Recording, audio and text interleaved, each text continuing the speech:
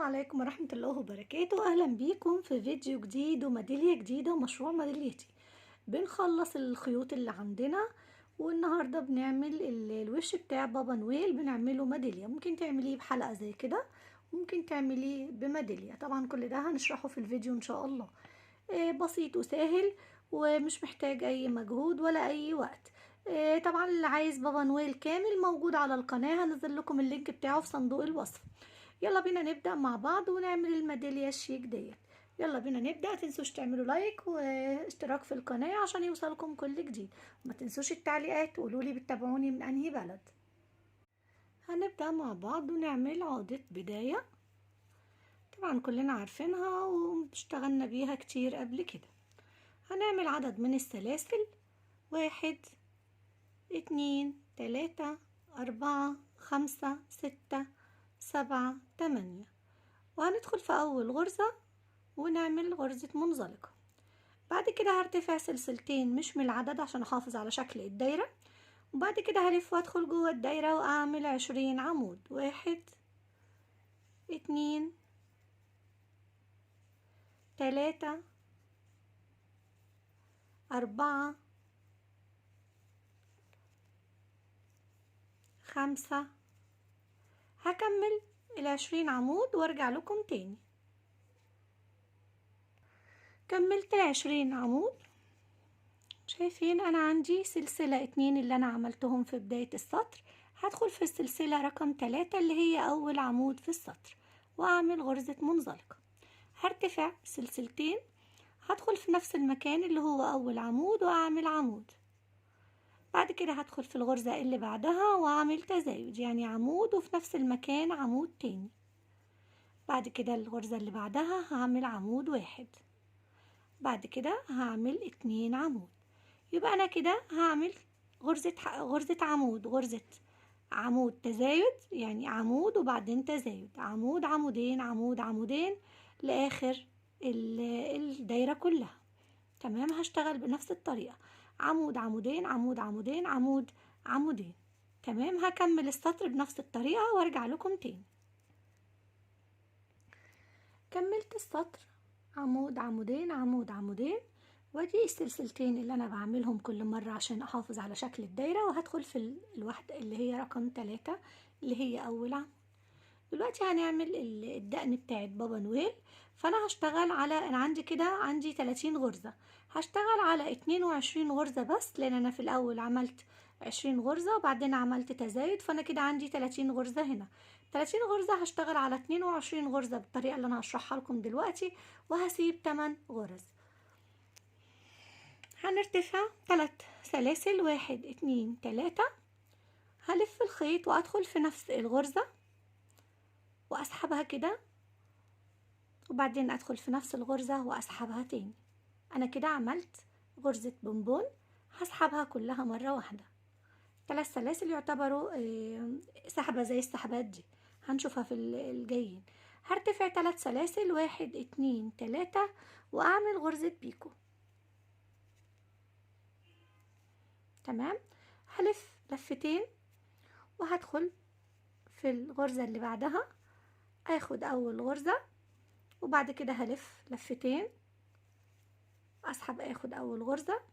تمام. وهلف لفتين واسحب اخد تاني غرزة بالشكل ده، وهسحب واطلع من الغرز كلها. هرتفع سلسلة 2 3 واعمل غرزة بيكو. تمام. دي طريقة. هلف كده ممكن وادخل في الغرزة، هاخد اول واحدة واسيبها كده على ممكن تعمليها بعمودين وممكن تعمليها بعمود واحد، يعني لفتين او لفة واحدة. تمام. اهو خلاص بالشكل ده. هرتفع 3 سلاسل واعمل غرزة بيكو.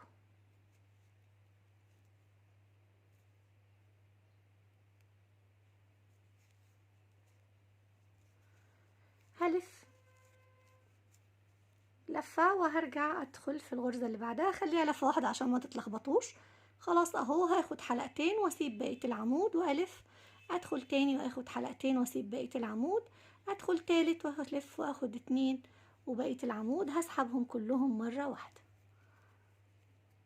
تمام، هرتفع 3 سلاسل وارجع شايفين لبداية الغرزة، واعمل غرزة منزلقة كده اللي هي غرزة البيكو، وهلف وادخل في اللي بعدها. هكمل الدقن بنفس الطريقة، اجي عمود مش كامل، عمود مش كامل، عمود مش كامل، وبسحبهم كلهم مرة واحدة، وبعمل 3 سلاسل، وبدخل هنا في بداية الغرزة اعمل غرزة بيكو. هكمل بنفس الطريقة بقية الدقن لغاية 22 غرزة بس. هعمل 22 غرزة وارجع لكم نكمل مع بعض الوش بتاع بابا نويل اهو بالشكل ده، هتبقى كده. هكملها وارجع لكم تاني. كده خلصت ال 22 غرزة، وفاضل ال8 غرز دول انا هسيبهم. هعمل سلسلة 2 3 وهنزل في نفس الغرزة اللي انا طلعت منها واعمل غرزة منزلقة. تمام، هدخل بعد كده بالشكل ده كده، هرجع للعمود ده. ممكن تقطعي الخيط عادي، بس انا همشي، انا حابه ان انا امشي بغرز منزلقه. هدخل بقى في الغرزه دي كده اهو، هسحب الخيط بس معايا من هنا كده. خلاص، هرتفع 3 سلاسل. شايفين انا هشتغل فين؟ هشتغل على العمود ده. بدخل كده في نفس العمود وببتدي اشتغل بنفس الطريقه. ده السطر التاني من الدقن بتاعت بابا نويل. تمام، هرتفع 3 سلاسل زي ما كنا شغالين، وهنعمل غرزة بيكو. هلف، هدخل في العمود اللي بعده. شايفين اهو انا بدخل كده بالجنب كده. خلاص، وهبتدي اعمل اول مرة عمود مش كامل، وبعد كده تاني مرة عمود مش كامل، وتالت مرة عمود مش كامل، زي اللي كنت بعمله في السطر اللي فات بالظبط هو. خلاص، هشتغل على السطر بالشكل ده هنا اهو. هشتغل على السطر ده كده داير ما يدور لغاية هنا بس، اللي هي قصاد دي بالظبط. تمام، هكملها ونرجع نشوف هنكمل الوش معانا ازاي. كده كملت السطر التاني من الدقن بتاعت بابا نويل، وهبتدي اشتغل بقى الطاقية باللون الاحمر. شايفين انا سايبة 8 غرز، بس انا هدخل في الغرزة اللي قبل اللي انا سايباها من هنا، وادخل في الغرزة اللي قبل اللي انا سايباها من هنا، يبقى هيبقى معايا 10 غرز. اهي اول غرزة، هرتفع سلسلتين وهبتدي ادخل فيها مرة تانية عشان اعمل اول غرزة. طبعا السلسلتين دول انا ما بحسبهمش عشان احافظ على الشكل بتاع الجوانب. هلف ادي تاني غرزة، ادي تالت غرزة، 4 5 6 7 8 9. شايفين اخر واحدة اللي هي نفس الغرزة الاولانية. انا كده عندي 10 غرز. هرتفع سلسلتين وهتخطى اول غرزة دي، مش هعمل فيها غرزة، وهدخل في اللي بعدها على طول. هتخطى دي وادخل دي على طول. ادي كده عندي اول غرزة، 2 3 4 5 6 7 8، وهتخطى الغرزة الأخيرة. يبقى أنا كده نقصت غرزة من هنا وغرزة من هنا. هرتفع سلسلتين وبرضو هتخطى أول واحدة وأدخل في التانية على طول. هتخطى واحدة اهي، 1 2 3 4 5 كده 6. أنا برضو اتخطيت الأخيرة. هرتفع سلسلتين، هتخطى أول واحدة سلسلة غرزة قصدي 2 3 4. أنا كده في كل مرة بتخطى غرزة في الأول وغرزة في الآخر. تخطى أول واحدة، ادي 1 2. هرتفع سلسلتين، هدخل في أول واحدة واخدها كلها مرة واحدة. هرتفع سلسلة 2 3 4. هعدل بقى الشغل كده على الواجهة. انا كده خلصت الطاقية. هعمل اللي هي كرة البونبون اللي بتبقى في الطاقية من فوق.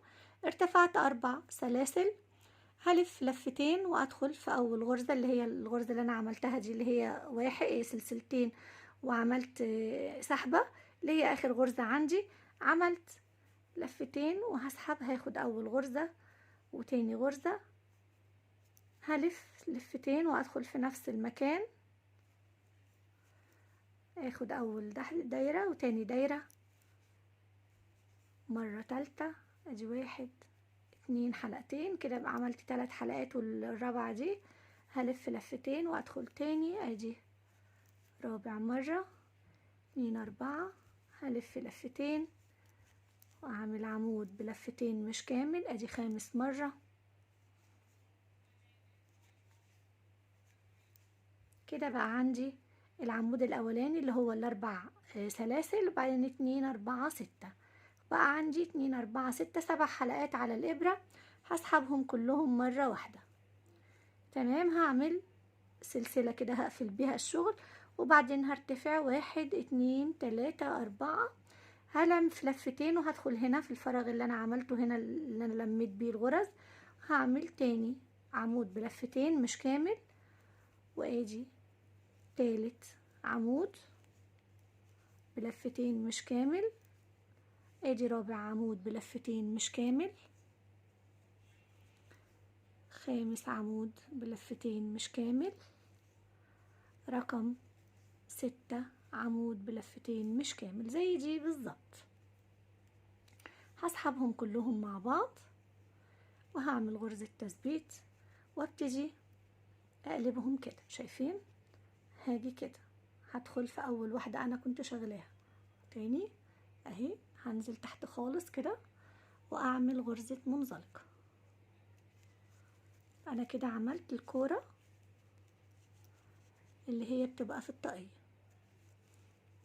هرتفع سلسلة كده، هاجي من الخلف امشي بس غرزة كده عشان اجي من كده، اجي في الظهر من ورا كده، وهرتفع 20 سلسلة. 1 2 3 4 5 6 7 8 9 10 11 12 13 14 15 16 17 18 19 20.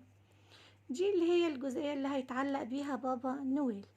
تمام. وهاجي كده واروح عاملة غرزة منزلقة في نفس الغرزة اللي انا دخلت فيها الاول. هي كل ده الشغل عليها هي. تمام. بعمل غرزة منزلقة وبنهي الشغل. بسحب كده. ممكن طبعا انت تعمليها كده، ممكن تعمليها اللي هي ميدالية اهو. شايفين؟ دي الحلقة اللي هتتعلق منها، او ممكن تعمليها ميدالية. خلاص هنهي الشغل وانضف الخيط ده ونرجع مع بعض نثبت العينين ونعمل اللي هي المناخير. هنعملها كرة بونبون صغننة. هنبدأ مع بعض نعمل دايرة سحرية.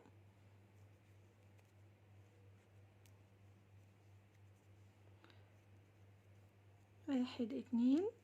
هرتفع كده واعمل عمود 2 3 4 5 6 7 8. هشد الخيط. طبعا السلسلتين دول انا مش بحسبهم. هدخل في الغرزة الثالثة واعمل غرزة منزلقة.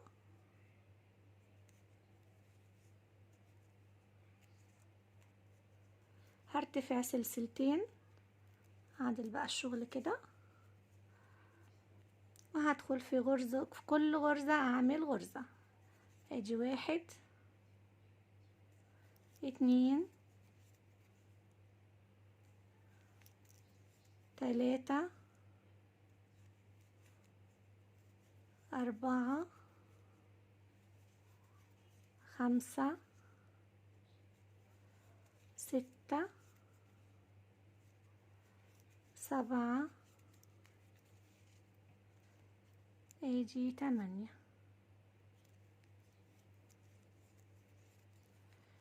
وهاجي على اول سلسلتين انا ارتفعتهم وهدخل في السلسلة التالتة واسحب، اعمل غرزة منزلقة وهسيب خيط كده شوية، هقول لكم ليه.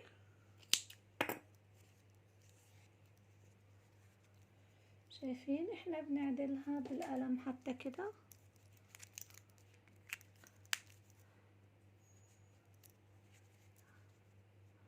ونعمل الكورة كده اهي، وهدخل الخيط الصغير ده من جوه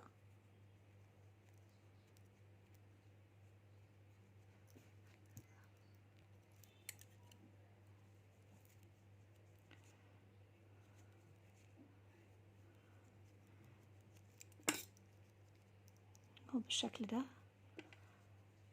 هنيجي هنا هسحب الخيط ده كده